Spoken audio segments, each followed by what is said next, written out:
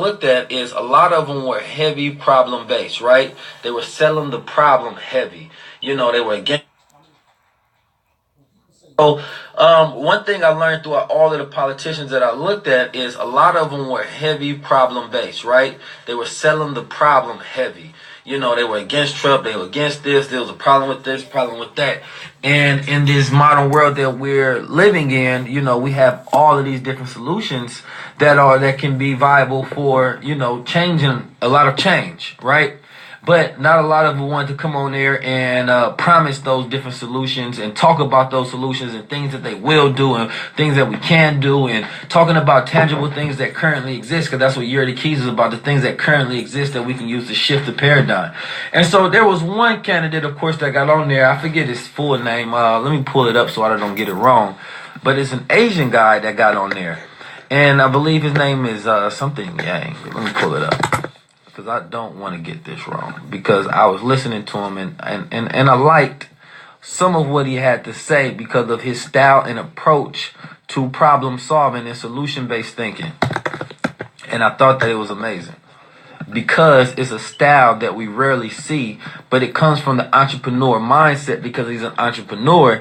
And so therefore he was talking about ways, how entrepreneur would solve a problem, and how entrepreneurs would go about, fixing things. And he's also in the tech space, so it's about applicable information. There you go, Andrew Yang.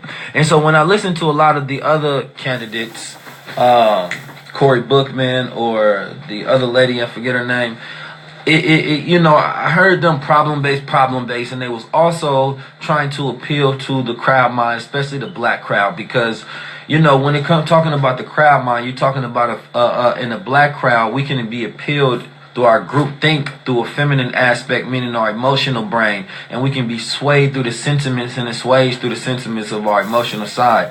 And so a lot of people want to tell their stories and try to become emotionally connected, or pull up hot topics, and that becomes the appeal and that becomes the drive to vote for them.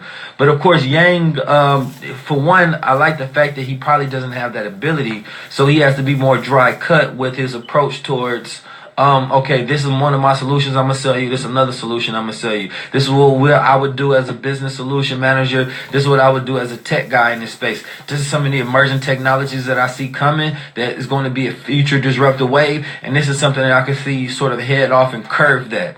And I'm like, wow, this is one of the first times that, I've seen a candidate approach it from that manner. They usually approach it from a very suave, charismatic way. And speaking of women's history, you got the congressman in Somalia that I was just looking at. I can't remember her name either. I'm so terrible at names. But she was talking about how Obama gave us a pretty face, but he was a murderer. Basically, we led him away with murder. And so she was talking about he ran off some of the same fundamental ideologies that Democrats and Republicans have always used. He didn't really give us any change.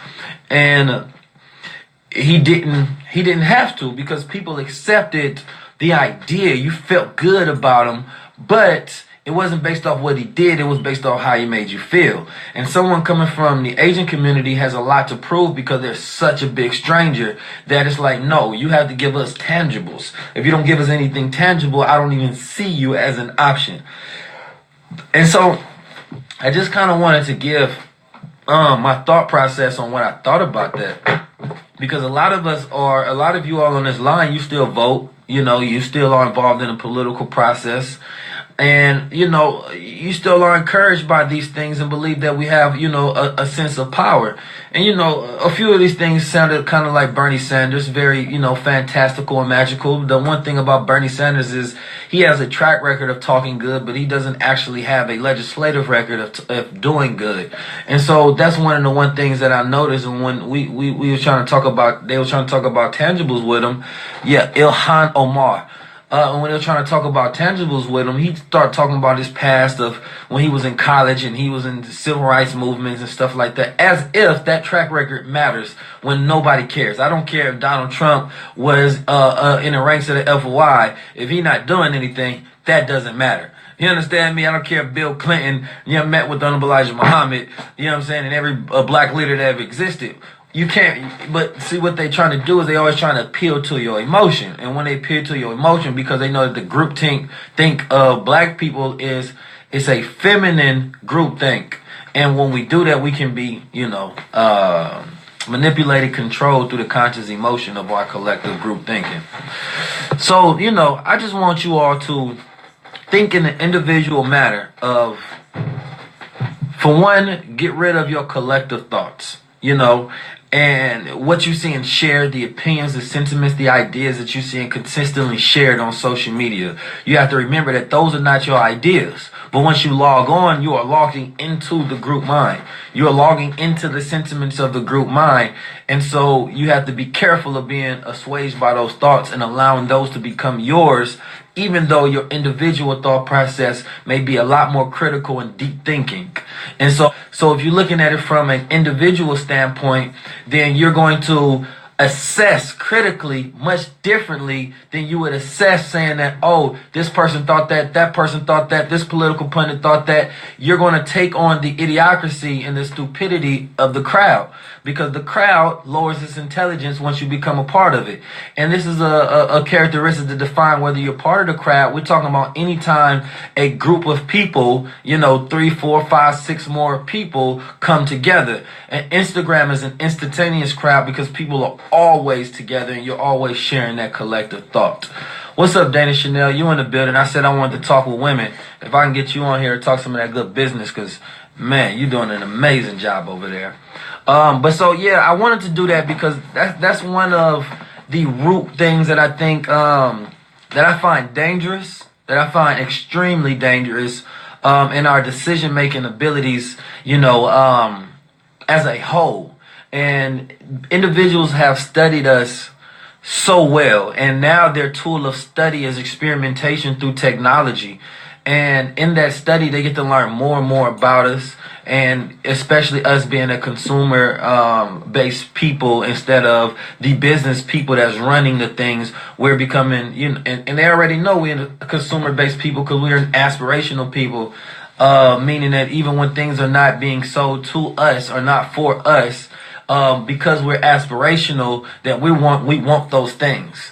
And so it's just very, very dangerous that I see what's happening. And so I wanted to position and put that in there because those are some of my thoughts for the day that I see that can help people guide through these particular changes that consistently happen.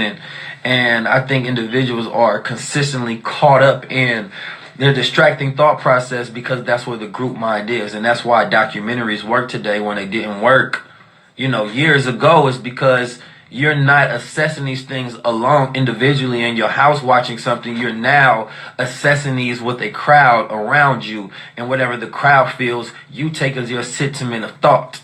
You understand me? And so that's the interesting thing that I see as I go through an analysis of the current model of reality that we're living through, and then assessing it from where we will be and how dangerous this will be. Because as we're discussing things in the culture that are emotionally sensitive, we also should be approaching when these jobs become automated. How will we have a place in this? How will we train our children to know how to, do business in the new emerging economy with AI? And how do we head off some of this machine learning? Or how do we use this to the best of our benefits?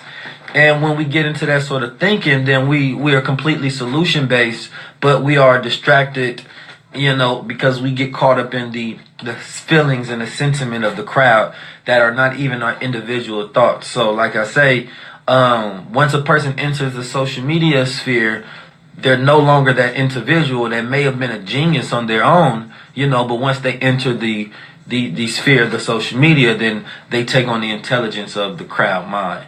And so that's the danger that I see. So now that I got that out the way and I got some of that thought out there, let's go ahead and bring some women in that want to talk. And we don't have to talk relationships. We can talk about anything, so I don't want to constrict the conversation. But for those who are ready to speak, and I know y'all dropped keys earlier, re-drop the keys and let me know if you're willing to come on here and I can share some time in the platform with you. And I just want to say, I know all of those seen the good woman Dana Chanel. Look, if you, I say follow her because she has tangibles. That's what I'm gonna say. She has tangibles, and she's showing you as, for one, they're showing you, I would say, as a family unit how to do business, and not just how to talk about it, but also if you watch it from a strategy point, they have a very transparent business model. And they let you just get to look in the window as they cook, and not just get to stare at the dish.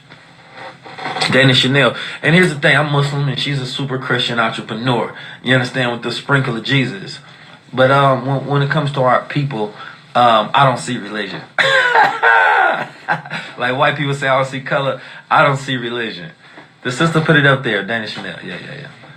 Yeah. Alright, so drop a key if you're ready, ladies. Let's get in here and have some of these conversations. What's up, my YouTube people? How y'all feeling over there? Let me know if y'all have any questions as well. Come on now, don't be shy. Y'all was dropping all them keys at first. I'm talking about y'all ready. I'm ready as well. Let's get it in. Okay, so we're going to do an order, and I don't want to have the entire live taken apart by one person, so we are going to limit the time with each conversation to a. But I'm going live with that's Mohawk. That's a Mohawk. I think that's her name. And I'm going to do it in order, so there's no bias or discriminatory practices upon my part as I share the platform. All right. So I'm bringing people in. Don't be surprised if I picked you and say, oh, I didn't know you was going to pick me. I'm clicking the screen right now. And I'm trying to bring in, that's Mohawk. It seems to be loading up, so we'll see.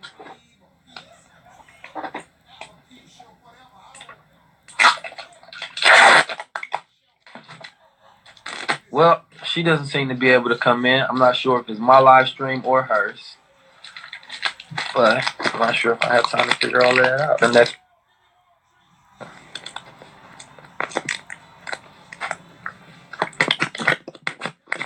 Because, I'm not sure if you're trying to get ready and all of that good stuff.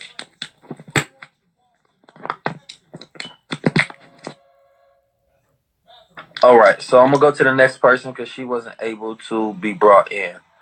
Ash, let me know if you're trying to come in too, because I would like to talk to Ash. All right, let's see. Come on now. All right. So y'all dropping that keys, but y'all don't see. By the end, just ask questions.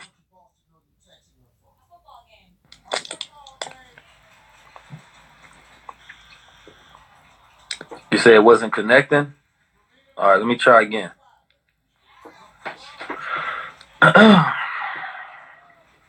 Do you have? It's via Instagram, YouTube.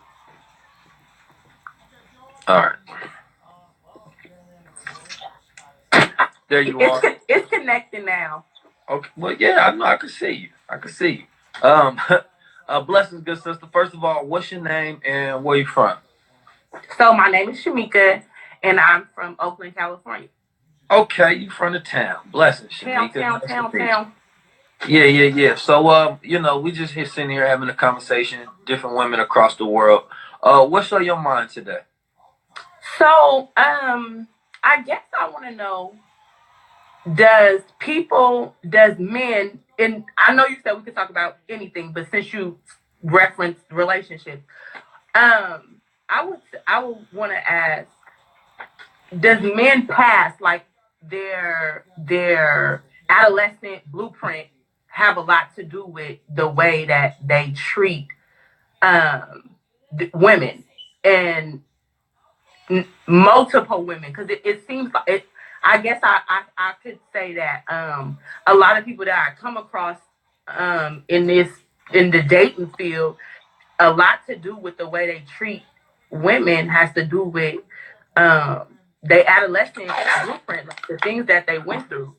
So, am I correct, or I would say that Just across the spectrum of human behavior has a lot to do with how you raise, and the things that you've seen growing up, and the things that you were taught, and the things that you observed, or the things that you weren't taught. And so a lot of people are victims to their observation and victim to the programming that they went through that doesn't allow them to grow out of the constructs of their programming. And Okay. so that's the interesting thing. And so I have a lot of empathy for a lot of people across, the spectrum, just because I know that as I always say, not everybody has a key in their life. Not everybody has somebody guiding them in the right direction, teaching them the right things, showing them the right things. So Right. observed behavior is something that's perpetuated later on because a human being, essentially, as we grow in our bodies, and we grow in brain development, it doesn't Right. mean that we necessarily grow in better knowledge. You Right. understand me? Right. And Right. so there's an assumption that because a person is 25 or 30 or 40, that they should know better. But the only way a person know better is if they actually have knowledge of self to do better, and they have experiences that cultivate that into wisdom of doing better. So if a person Right. was never shown better, regardless of whatever age, and I also looking at it, and I say that because the way I'm looking at, like, man, the way I qualify man is based on one who fits the correct principles of conduct and characteristics of a man and principles of a man. But otherwise, it can just be a boy that is grown. You understand me? So there are a lot of grown Right. Because he males and a lot hasn't of grown reached the boys. potential that he's supposed to be at. Right. And then there's some people that have gotten as far as what they was taught, like as far as what they know is the best thing to do, they're trying to do that. But then there's a level of growth that they may have never been exposed to. So I always say that, there's development into manhood and masculinity, and then there's divine level of manhood and masculinity, which means Mm-hmm. of the higher mind. And so Mm-hmm. there's a lot of men in basic form of what it means to be a man. They have reached that. They learning to provide and protect and produce. But when it comes to particular sensitive faculties that they can have in empathizing and understanding a woman and understanding self, they may not have those qualities. Right. And so Right. that possession has to be cultivated and has to evolve within a person. And so anytime that we're, I think, assessing one another from the opposite sexes, we first have to look within first, right? And we can also parallel our own behavior and experiences. So you have to ask Right. yourself, I agree. I agree. Yeah. if you watch nothing but toxic relationships growing up, unless you have something outside of that that's showing you a better model, you're going to grow, perpetuating that observed behavior, mirroring it in a lot of ways. But sometimes we got a moral compass that tells us no, that's That's not right. I'm thinking like, or like, how about people should just want to, like, if I know that I grew up this kind of way, and I'm aware of it, like I self-aware and know, like, oh my God, I know I went through this, I know I went through that. I would think, to me, I would think you wouldn't want to, like, you want to be better. You should want to be better. You don't want to repeat anything that you Right. experienced when you was growing up, and you just want to do the different things so that the outcome could be just more successful. Right. And Like, here's the thing about that. We had a greeting meet in Dallas, and Brother Ben had told the story about. I like Brother Ben. Brother Ben got some good content. Yeah, he told the story about one boy that grew up and watched his father be absent, and the excuse was that he said that, well, I didn't have my father, in my life, so that's why I became a shitty father, right? And then the other boy and then that same son grew up and said that my father wasn't there in my life, and that's why I don't want to be a shitty father. And so See, you and get that's both of that's those, the kind of those mind sides I of go that on. spectrum, Right. right? And so you get somebody that looks at that and they're completely instead of like attracted to it, they want to cut off that cycle and cut off that perpetuation of that cycle. And so Right. it's like, as human beings, there's a lot of fault in everything that we do, just because you have to ask yourself, well, I'm human too, and I didn't make that decision. But at the same time, I look at it from a standpoint of we're a cultivation of everything that we go through. All ideas, suggestions. There's many different things that human beings go through in the dichotomy of what makes you who you are that creates your current programming. They'll be like, okay, this is why I behave that way. That's why I behave that way. Right. And so I look at it between the ages of like 1 through 7. It's like when you purely programmed. You understand me? Like the stuff you watching your parents do, like those are the critical times of a child's life. The critical times. Right. And you don't realize how much of that is affecting you as adults. Because if you can't remember everything, like you got to think about how much that we remember. If you go through your mind right now, there's certain key things that pass down throughout the year, but that doesn't discount that every second of your life you were still being shaped by experiences. And so a lot of men never go through the study of the woman, right? Because as I've made plenty of mistakes in my life, I'm a type of person that goes into a study of self afterwards, and that you get that sort of self-accusing spirit within that punishes you because you know better.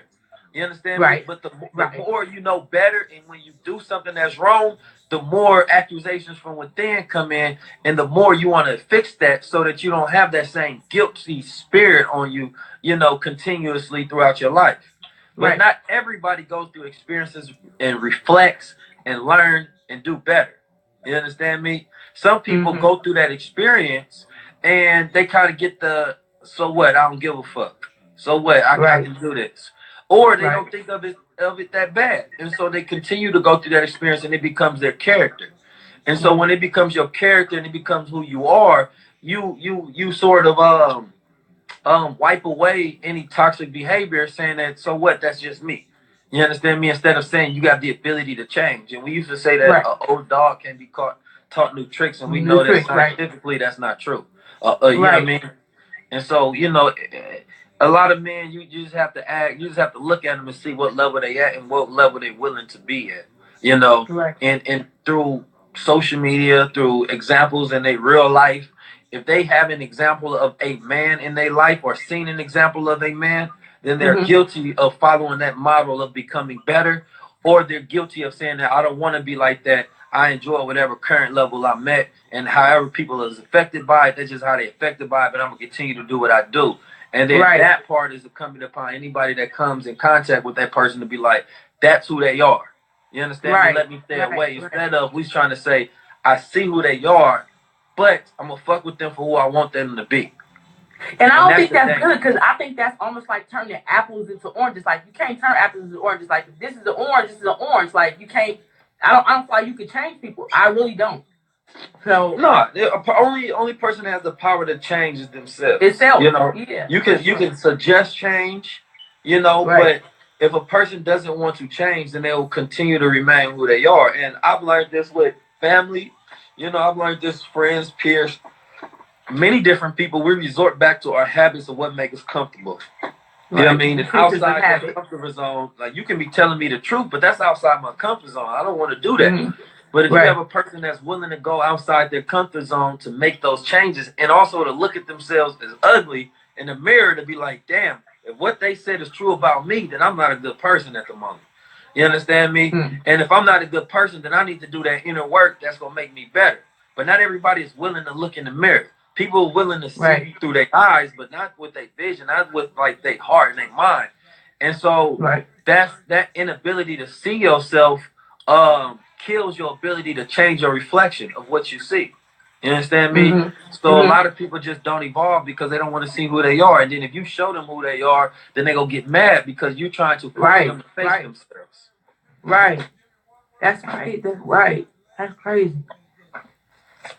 But yeah, what I'm talking about. That's just a couple of thoughts. I appreciate it. Appreciate it, my brother. Appreciate it. Well, good sister, I plan on doing something in Oakland soon, man. I hope to see you there. Okay. An event. Yes. Okay. I definitely. What part of Oakland are you from? East Oakland. I just moved from 76. I'm from 35th. But I just moved from 35th yet. Yeah. All right. Peace and blessings, so good sister. I appreciate you for tapping soon, in. my brother. Much for sure. You stay tapped in. Thank you. All right. right, family. Who else has some enlightening, sparking conversation to add to this? You know what I mean? This thought process. I see my mom's in the building. She ain't never trying to go live though. It's all good. But who want to go live right now? Drop the key. Okay, Ash says she want to go live, so we about to go live with Ash real quick. We gonna try to get to as many people as possible. Peace and blessings. First of all, tell the people what's your name and where you from, Ash. My name is Ashley. I'm from Mobile, Alabama. Okay, shout out Mobile. Yeah.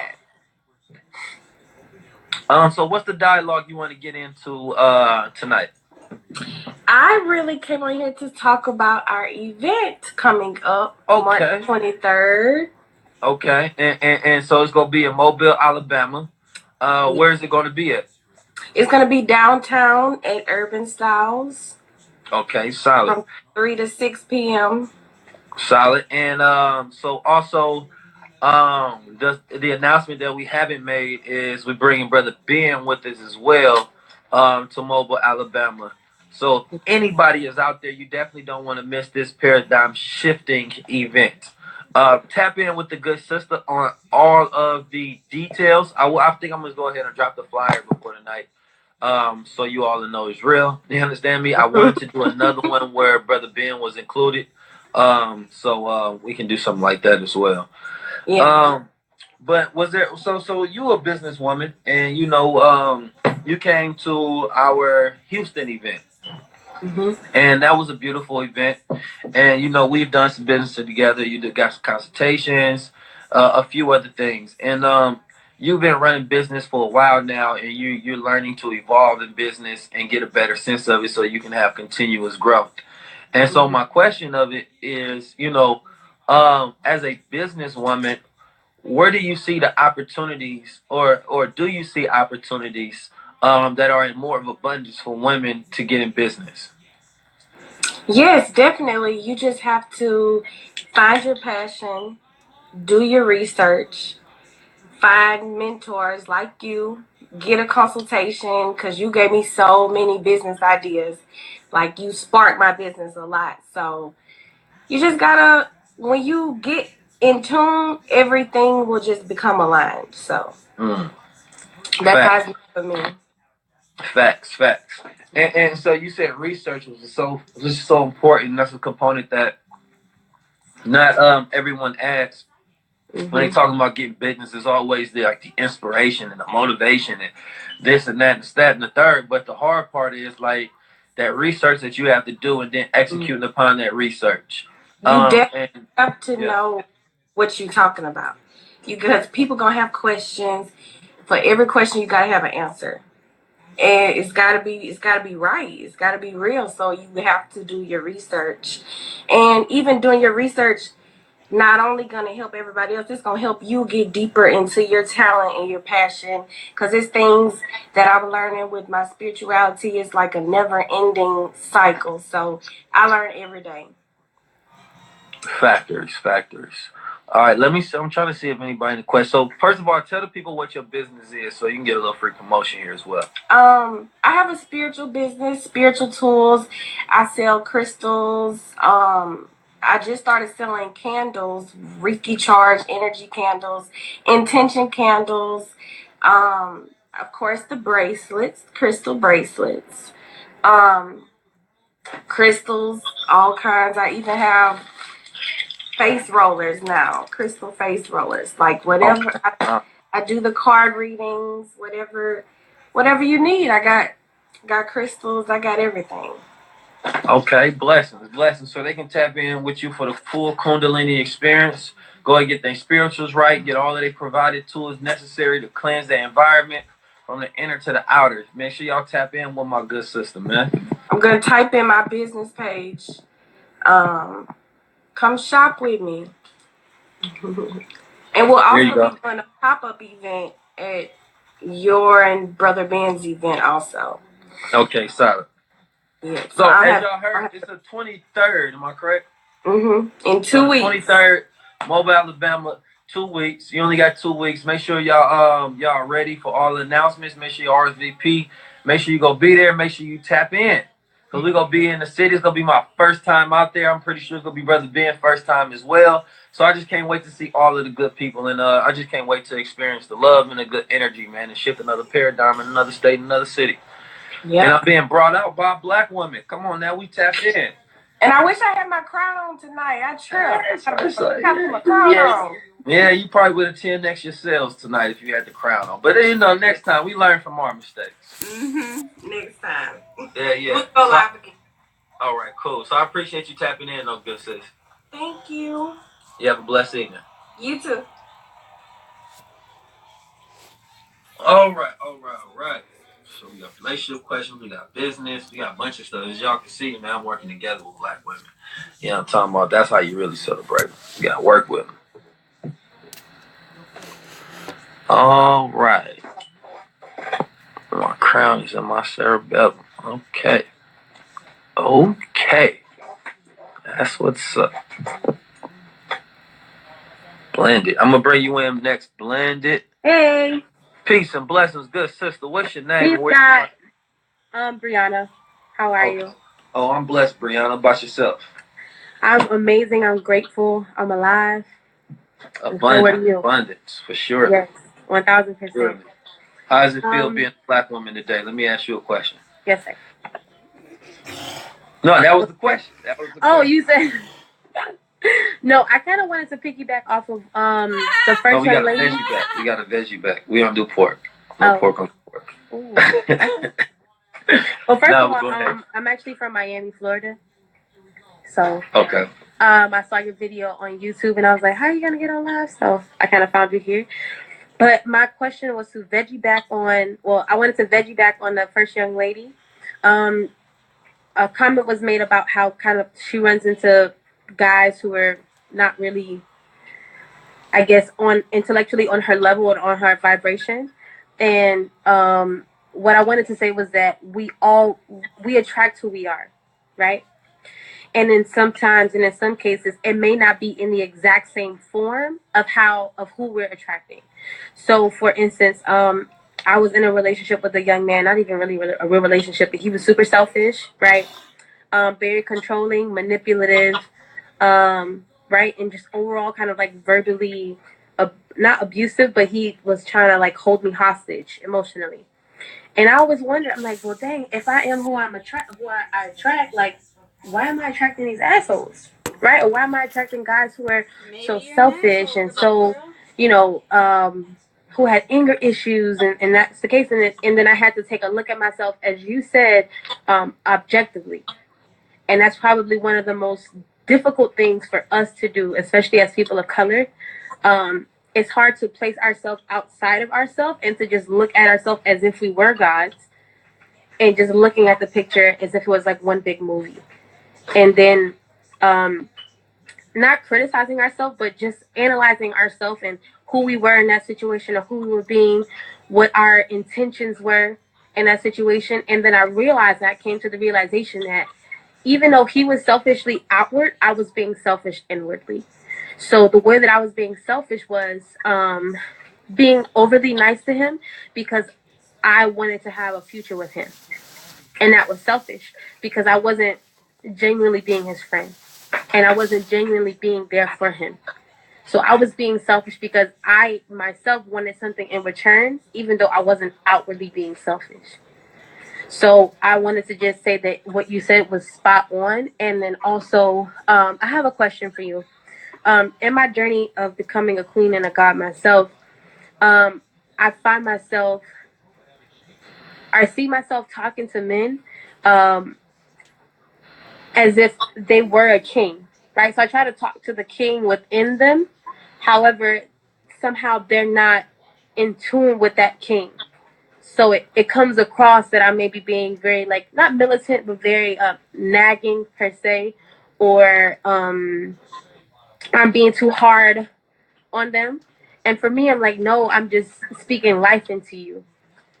Because I understand and I understand the fact that the black man is powerful beyond his imagination. He has no idea. Fortunately, you do, and you've come into that, but a lot of our men have not. And so, my question to you would be, how do I guess, spark she's talking to the man in me and not the nigga who they told me I was? First of all, that's a great question. Uh, and it's very interesting when you're speaking to people based on their potential, rather than based on their reality. Mm-hmm. And so there's a disconnect there, though, obviously, because a person can't hear you from. Yeah, I can hear you. A person Okay. can't. A person can't hear you from where they will be. They can only hear you from where they From are. where they're at. Hurt. Right. And so it's kind of like if one day I'm going to own a skyscraper and I'm sitting at the top of that skyscraper, and you go visit that building and you go to the top and you be like, Keys, what's up? How you doing? Pleasure to meet you, but I'm not there yet. So you talking to an empty room. You understand me? You got to find where I'm at currently instead of where I will be or could be. But I only say that in this manner is that oftentimes we speak above people instead of speaking to people, and so in that cadence, it can sound authoritarian. It could sound like a parent speaking to me rather than someone that's lifting me up, and so doing that is recognizing those details that you can fix because you're going directly to big picture. Like, no, I'm speaking to the God, right? But what makes a God? What makes a king, right? Right. So first you would have to build that person up and then speak to who they are, right? So when you going into the details, which the women have the great ability to do, is to go into details and find the potential of a man and nurture that existence until, that person becomes that. But I think a lot of people have expectations and judgments like, you're not the God that I want you to be. And so sometimes the tone can even be condescending because you're speaking to people based on their potential instead of their reality. 1000%. And so it's like, yeah, if you're a teacher and you got fifth grade students and you know that one day they're going to be in the sixth grade, you speak to them still based on the curriculum of the fifth grade so they can graduate to the sixth grade. You're not saying that, damn, how come y'all not mature? Or, you know what I mean? It's like you have to bring and build people up. And if you have that ability as a woman to build men up, then you can do that. I'm sorry to cut you off, King. How do I build a person up?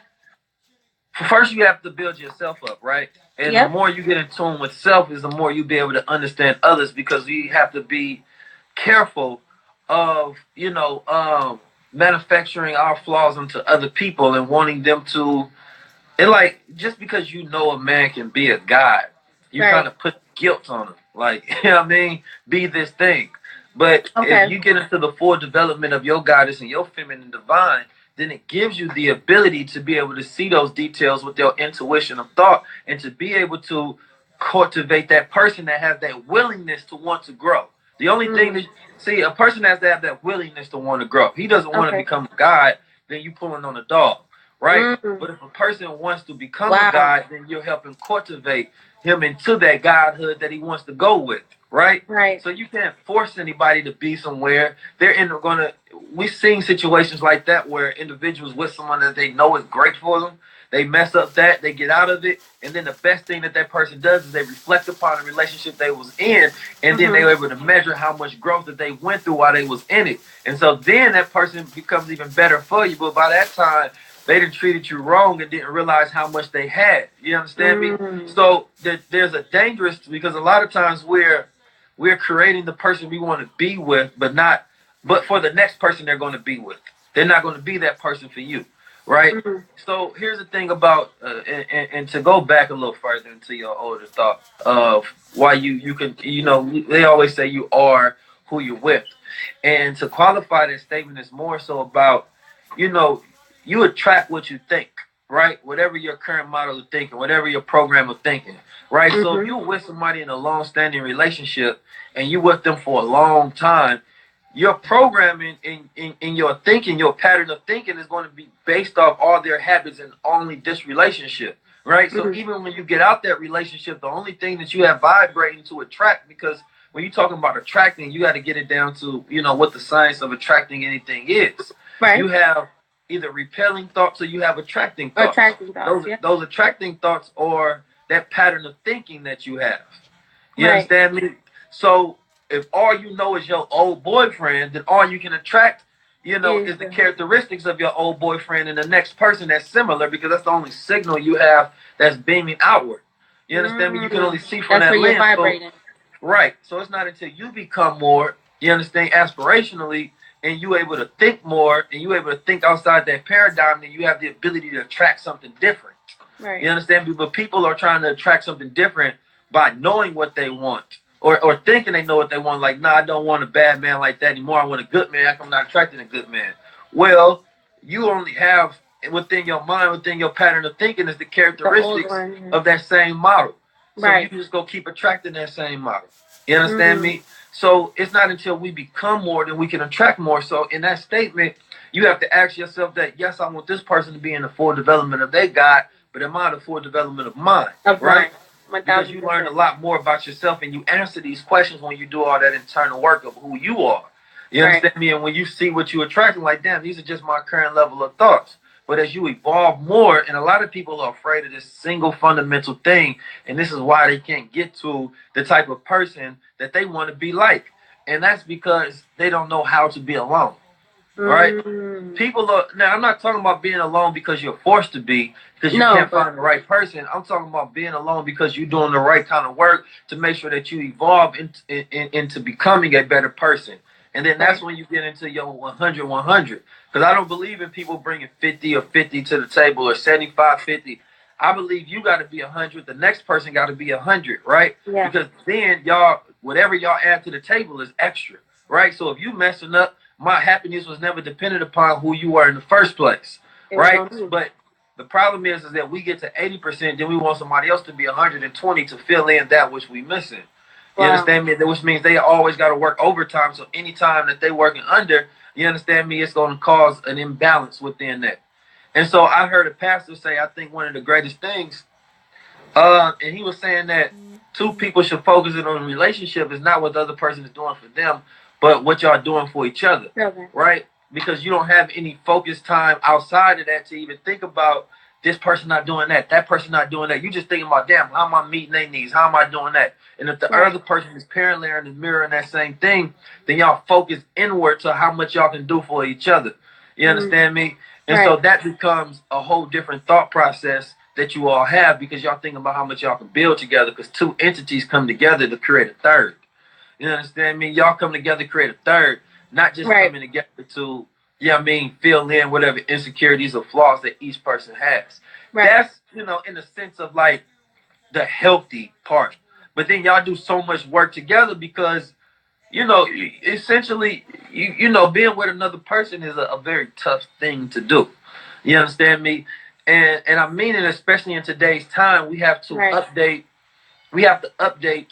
our thought process on what looks like getting into a relationship with a human being in 2019. I'm not talking about 5 years ago. No, in 2019, with all the complexities that exist. What does it sound like? Right. So what even is our quality standards time have to be mean? updated. Exactly. And so, if we want to go with our grandmother's thought process of old-fashioned, way of creating family and marriage, that's cool principle-wise, but the structure has to look different today because we're not in that time. So even the success of their marriage that they met today wouldn't look the same as if they met in the 50s or 60s or 70s. Matter of fact, we got to ask ourselves, if we look at marriages that lasted for 40 years, would it be the same if those two people met in 2019? Would they last for 40 years? Probably not. Not based off those same structure and those same rules. Because even for a man, it may have been easier to be in a relationship when more of a patriarchal thought was reigning more supreme. But now that the structure has crumbled, it's much harder in a lot of instances for a man to redefine what it means for him to have power in a relationship. You understand me? And the complexities that may exist when a person's talking about submitting to each other. You understand me? So even those dynamics have to change. So it's like going back to the drawing board and y'all building a relationship together. Instead of coming with all the preconceived notions, structures, ideologies, indoctrinating thoughts, you saying that this is what our relationship looks like, and then y'all can build upon that because that's an agreement of terms that y'all coming to. So I appreciate you for tapping in. Thank you. I appreciate you, King. No, that was great. Problem. That was awesome. Thank you. Thank you. Have a great night. Peace. You as well. All right, tap in, people. Let me know if y'all got some more thoughts over this. Paradigm shift cut. I'm not bringing in no fellas. Stop saying bring me in. Let the ladies get a day. You know what I'm talking about? Hey, bring me in. I once said on a podcast that if there was no more women existing in the world, I would have no reason to live. Like I'm gone. I'm out of here. I don't believe in suicide, right? But if it's like no more women exist in the world, I gotta go. I'm about to meet y'all whatever your celestial energy has traveled to. I'm coming. You know what I'm talking about? I gotta go. Ain't no way I just be sitting around. It's just a bunch of dudes. Oh, I'm out of here, y'all. I'm adios. I see y'all later. You know what I'm talking about? All right, so let's see who we got on here. I said blended next, so we'll go blended. There you go. For real though, you gotta be honest with yourself. See, women, I feel like women can do a lot longer without men. Like they gonna be kicking in social groups and all kinds of different stuff. But with men, chaos erupts much faster. I'm out the door. Well, I'm at least find another planet or something. Like I know Mars got some women. You know what I'm saying? Or Venus or something. But I ain't standing on Earth. Peace and blessings, good sister. Tell the people what's your name and where you from. Hey y'all, I'm Kelly and I'm from Sacramento, California. Blessings. You know what I'm talking about? California tapping in tonight. You know it. All right, so what's on your mind? Well, I have a general question more so for the single ladies. I'm pretty sure there's a few of us in here. My question is, as a woman being single, as far as not entertaining a man, being celibate, not having much interaction, like not casually dating, any of that. My question is, when you get comfortable with yourself and you're by yourself for a while, how do you even open up or allow somebody in that space, or even start having those thoughts to accept some type of relationship, or even the thought of having somebody to interact with? Because being single, sometimes you can get comfortable in that space and okay in that space. So my question is more so the not when we had our consultation, not chasing, more so attracting, but then also allowing yourself to be open to a relationship, I guess I would say. Yeah. That's a heavy question. And then let me preface this whole conversation by first saying I'm not an expert at all. I'm humbly assisting in any question, in any path of thought that a person brings to me. And I want to say that because that's a very expert-based opinion. I mean, thought and being able to answer this question. But anytime a person spends time alone, and you become more valuable in your alone time, meaning that you're adding more onto self. You're becoming a better person. Like you're adding all of these great qualities onto self. And when you're spending all of that time alone, what can possibly sometimes erode is your sociability skills. And being able to talk to people and things of that nature because you're so used to spending time alone. Right. And I say that from like an introvert standpoint. Like I know when I'm in my reading mode and stuff like that, it's different than when I'm in my extrovert social mode and speaking to more people and broadening my horizons. And so, but the best thing that you can do though, and when you're spending time developing yourself, is to cultivate a thought process of knowing what your worth is, and then also spending time specifying what you want. Because when you spend time developing self, you start to learn what you want from yourself, right? Right. But you also have to take some of that time spending knowing what you want from a partner, right? Right. So if you create that list, you create those ideas and that model of what you want, when you're ready to attract that thing, then you want to accept nothing less than what you put out there, right? And I don't Right. mean it in like, oh, this person got to make $1 million, got to look like Keys, got to, you know what I'm talking about? No, it's flat, it's flat. No, You no, always but got jokes. no, no, but seriously though, like we got to create, like if you want to, like you have to create a standard of something that you want, and the more specific you can get in that standard, you know what I mean, the easier it is, I believe, to attract that what you want instead of walking outside like, okay, where they at? No, you don't even notice certain things. Like when you go shopping for a BMW, you're not looking at all the Toyotas on the road like, damn, it's not enough cars. Like, no, you're only looking at the different model of BMWs that you want. You just picking for the different classes, the different years, how they run. You understand me? Is the engine right? You feel me? Like, how does it work? What's the miles on it? All of those different things. But when you don't even know what model you want, then you just walking outside saying that, damn, I'm just a little overwhelming because of all of these different choices. You understand me? So that's why I think it's important for us to determine first and specify what we want. And that's why the inner work is important, because it lets us know in their reflective time of what do we really want. I'm not talking about what your friends say you want, what your parents say you want, what society. I'm talking about what you think you want, and then also qualifying that for what will be the best for my future, what will be the best for my children. Because I know we're not thinking that large. You understand me? But it's like anytime you lay down with a person, y'all can come up with some children. You understand me? So it's like you should think about your future. You understand me?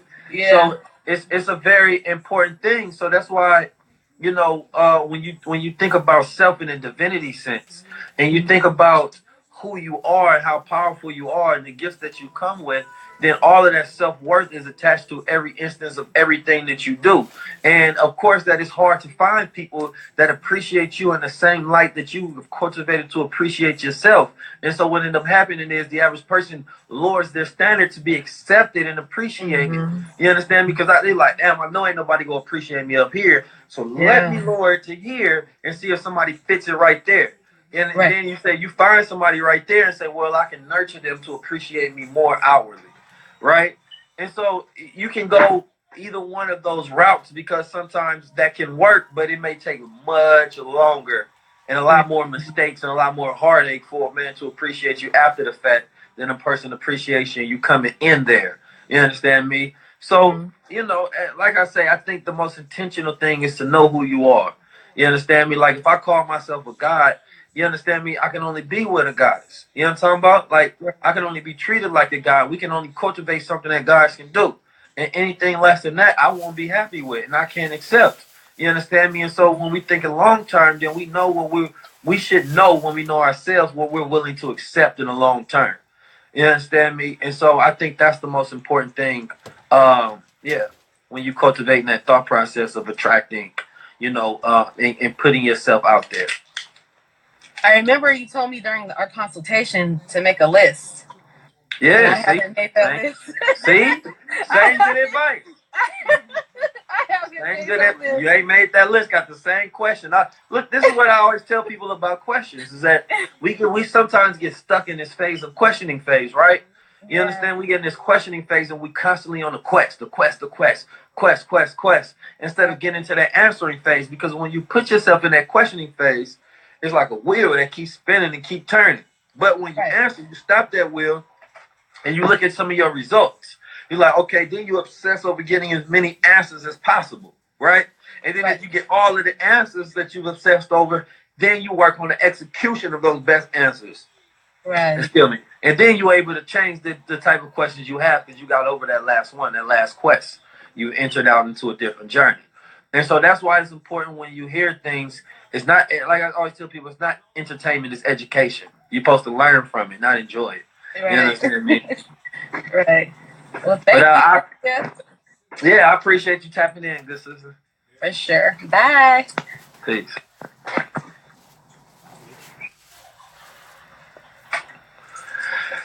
All right. We tapped in. Yeah, write that list. You know what I'm talking about? If you get the consultation, you don't do the work. You know what I mean? You're wasting your money. All right. So we got fellas, stop requesting. I'm not adding. When James Brown says, it's a man's world, but it ain't nothing. And not the woman or the girl. All right, so Melanated Goddess, I'm trying to add you in. Let's see if you're there. I made mine, but I have to add more things. That's fine. Yeah, this I ain't spitting. This the crown. She already know. Black Don know these ain't even my words. These all coming from the crown. I got when I get that new crown. It's that black and red crown. I get a new crown. I'm gonna talk that talk. That's all. All right. So I don't think Melanated God is coming on here. So go ahead and send in your. And also, if you in YouTube, let me know if you all have any questions over there, because I see it's a good majority of y'all tapped in right now. Cool. So yeah, y'all in here on YouTube right now. So yeah, if you're in the YouTube world, ask any questions. What's up, Fifth Soldier? That's my brother right there, Fifth Soldier. If y'all see him right there, that just said, yo, make sure y'all add him on there. All right, so Marcelina 916. That sounds like some more Bay Area. Let me see. Is you dropping the key to get on here? You know what? This one I'm gonna do. I'm gonna press the one. Hey, peace and blessings, good sister. How you doing? Thank you. How are you? I'm blessed. First of all, what's your name? Where you from? My name is Marcelina. I'm from Sacramento, also, California. Everybody from out here in Cali. Okay, I see we tapped in. Off, y'all.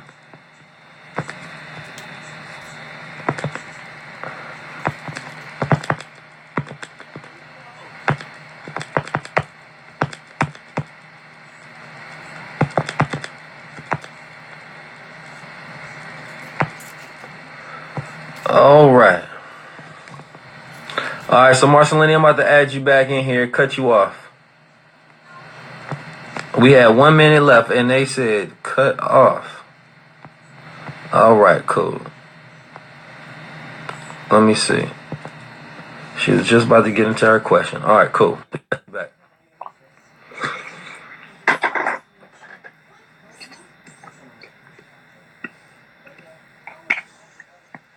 All right. Welcome back. Sorry about that. It's all good. We hit the hour mark. We've been talking up here. It's been all good. I've been learning a lot so far, so I appreciate you doing the live. Okay, cool. You can go ahead and start your question. I'm just typing in this caption.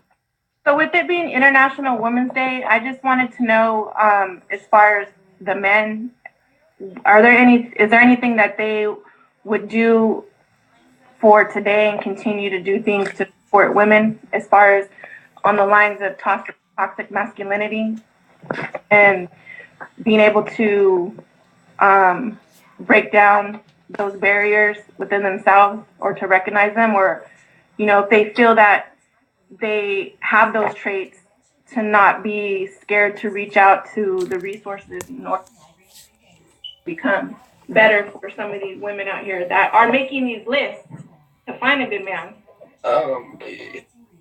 Doing it wrong that whole time. And it's kind of like victimizing yourself based on